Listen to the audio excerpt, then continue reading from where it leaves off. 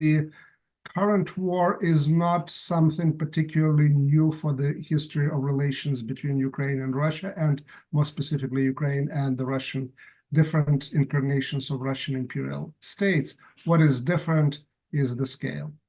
And what follows are a number of tragedies that are part of the Soviet history, but are specifically part of Ukrainian history. And one of them is, of course, the famine, the Holodomor of 1932-1933, which in case of Ukraine, unlike the rest of the Soviet Union, had very strong this underpinnings of Moscow and Stalin in particular conducting the policy of really destroying Ukrainians as a political nation, curtailing the development of the Ukrainian language outside of Ukraine, within the Soviet Union, and inside. Ukraine came into existence as an independent country in 1991. That was the fifth attempt in the course of the 20th century to acquire independence. So it came into existence in cultural terms as a sort of Ukrainian-Russian condominium. The country spoke and continues to speak two main languages, Ukrainian and Russian.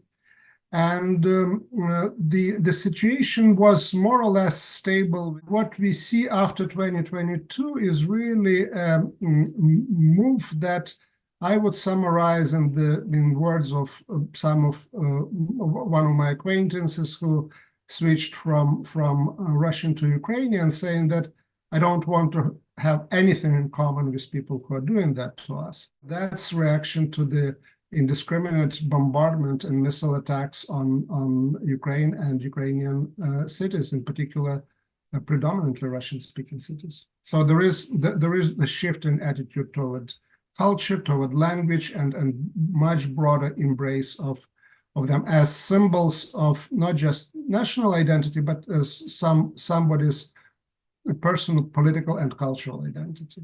As a historian, I really can't think about any other war or military conflict in which history was so much used and abused.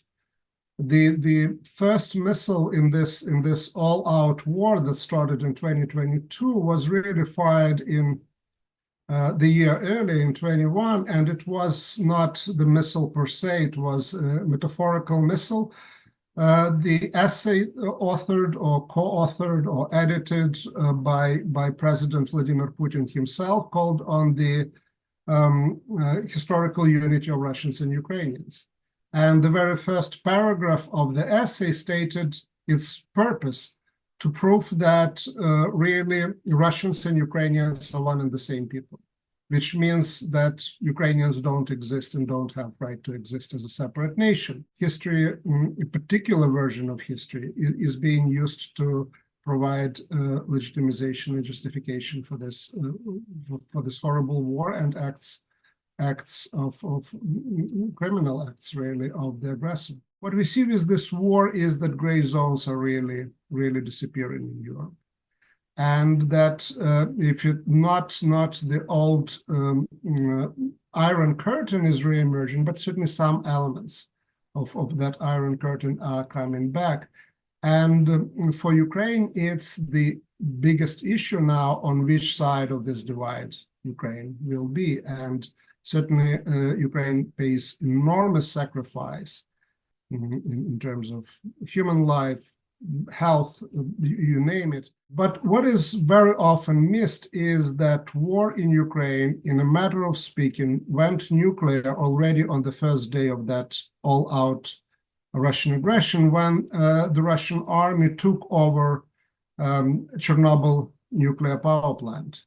And a few days later, Europe's largest nuclear power plant in Zaporizhia with six reactors.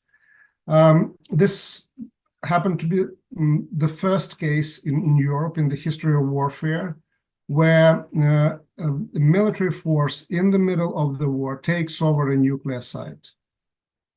And that really put immediately on the agenda a number of issues that we as a world community of nations were not and still are not prepared to answer. It's a call for the society, for the global society as a whole to deal with the Russian aggression, not just as a regular any sort of aggression in the past, but with the sort of aggression that presents new threats and new risks. Basically, already now we can say that Ukraine will stay. The Ukrainian nation will survive and Ukrainian state will survive. And in many ways continue to serve as gates of Europe. But what happened as the result of this war, that those gates are closed.